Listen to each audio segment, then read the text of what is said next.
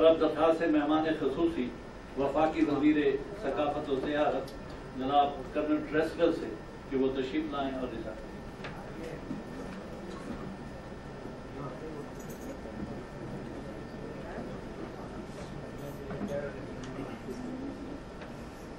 सदर जनरल जावेद साहब, ख़वातीन व हज़रात, अस्सलाम वालेकुम।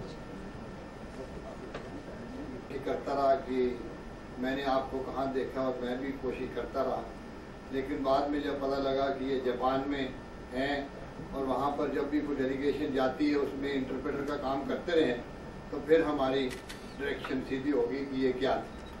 क्योंकि मैं भी जब प्रोटोकॉल में था तो मैं भी जापान 3-4 दफ़ा गया और ये भी उधर मिलते थे। हुमायूं मुगल की किताब मैंने सारी नहीं पढ़ी, लेकिन चंद एक चैप्टर जो मुझे इंटरेस्ट जिनमें दिलचस्पी हुई मैंने पढ़ा। जो कुछ हुमायूं मुगल सोच रहा है, जैसे एचपी साहब ने अभी कहा, पाकिस्तान में हर एक सोच रहा है। हुमायूं ने कोशिश करके उसको किताबी शक्ल दे दी। हम लोग पाकिस्तान में रह के सोचते रहते हैं, लड़ते रहते हैं कि हम क्या करेंगे। पाकिस्तान में मुश्किल इस बात की है कि हमने बहुत से लोगों ने हमने बातें की हैं, नुक्ताचीनी की है, लेकिन हमने उस पर कुछ काम करने की कोशिश नहीं की। पाकिस्तान बन गया जिन लोगों की कोशिशों से बना।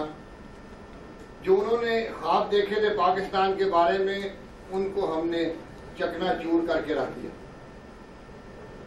पाकिस्तान बना था कि जो लोग जिन लोगों को एक्सप्लॉयटेशन का डर था मेजॉरिटी से हिंदुस्तान में, उनके लिए एक अलग मुल्क बनाया गया जिसमें मुसलमान, क्रिश्चियन, सारी अक़लीतें शामिल थी।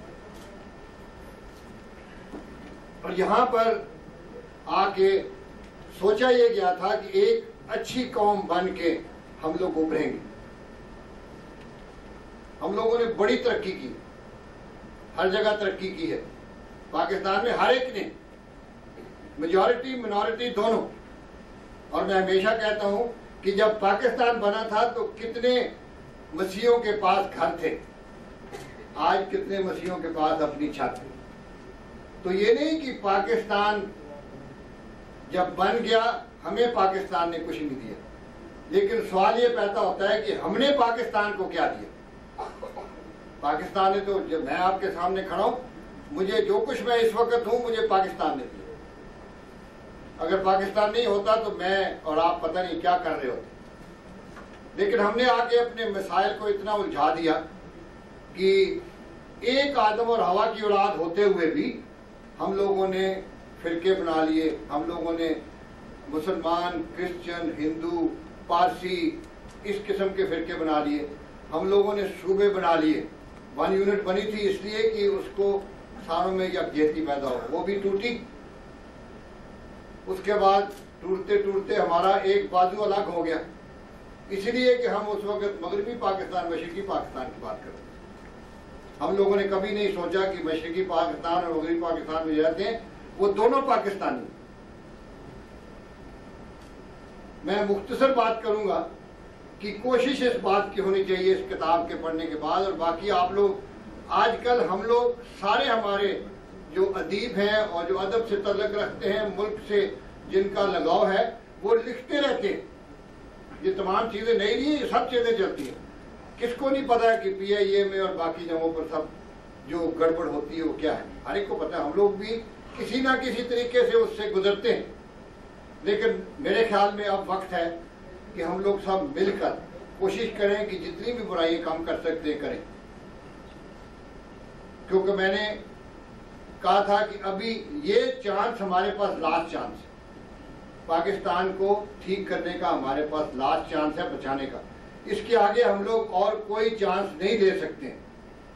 71 में चांस लिया तो हमने आधा मुल्क गंवा दिया, अभी हम इसमें से कुछ नहीं गंवा सकते। तो मेरी ख्वाहिश ये है कि हम लोग सब मजहब वगैरह छोड़कर सब लोग पहले अच्छे मसीह बनने की कोशिश करें, अच्छे मुसलमान बनने की कोशिश करें, अच्छे दूसरे मज़ाहिब के बनने की कोशिश करें।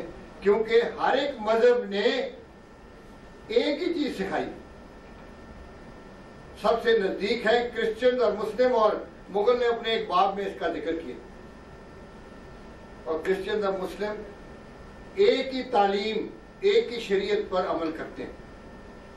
दोनों की तालीमात में, हजरत ईसा अलैहिस्सलाम की तालीमात में, हजरत मोहम्मद सल्लल्लाहु अलैहि वसल्लम की तालीमात में एक ही चीजें। डिफरेंस सिर्फ 1.5% का है। मैं हमेशा कहता हूं ज्यादा से ज्यादा डिफरेंस 1.5% का है।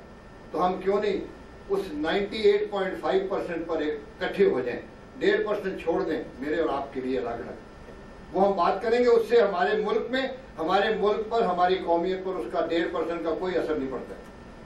तो आखिर में ये मैं कहूँगा कि मुगल ने निशानदेही की है, लेकिन अगर हम ये कोशिश करते रहे कि हम सारे मुल्क को इकट्ठा ठीक कर लेंगे, एक आदमी कि मुगल कैंपेन करके जिहाद करके ठीक कर देगा, तो ये नहीं हो सकता। हम में से हर एक ने अपने से जिहाद शुरू करना है। मैंने ये तरीका रखा हो कि मैं अपने से जिहाद शुरू करूंगा। पहले मैं अपने आप को ठीक करूंगा, अपनी जो मुझे जिम्मेदारी दी गई है उसको ठीक करूंगा। फिर उसके बाद उम्मीद है कि जब ये इन्फेक्शन लोगों में चलता जाएगा ठीक होने का, तो हमारा सारा मुल्क ठीक हो जाएगा। तो ये चीजें हैं जो हमने करनी है। अपने से स्टार्ट करें और इंशाल्लाह जब सब मिलते जाएंगे तो आगे कारवां चलता जाएगा। तो मुझे पूरी उम्मीद है कि हम लोग सब मिलकर अपने मुल्क को बेहतर करने की कोशिश करेंगे अपने लिहाज से। और सबसे बड़ी खिदमत जो है अल्लाह ताला ने जिसका हुक्म दिया, हकूकुल अबाद है, कि अपने साथ वाले का ख्याल करो, अपने पड़ोसी का ख्याल करें कि वो तो भूखा नहीं सो गया, उसको किसी चीज़ की तकलीफ तो नहीं है। तो फिर आपकी नमाजें भी ख़त्म हो जाती हैं अगर उस आपने वो हकूक अदा नहीं किए। तो हम लोग इकट्ठे मिलकर सारे इस जहाद में हिस्सा लें। और जहाद कश्मीर का भी जहाद है, चेचन में भी जहाद है, लेकिन जहाद वो भी है कि हम अपने मुल्क से बुराइयों को दूर करें। सबसे बड़ा जहाद ये है। मुझे उम्मीद है कि अल्लाह ताला हमारी नीयतों को ठीक करेगा, हमारी नीयतों को फल होगा और अल्लाह ताला हम सबको बरकत देगा कि हम अपने मुल्क की, कौम की खिदमत कर सकें। बहुत बहुत शुक्रिया।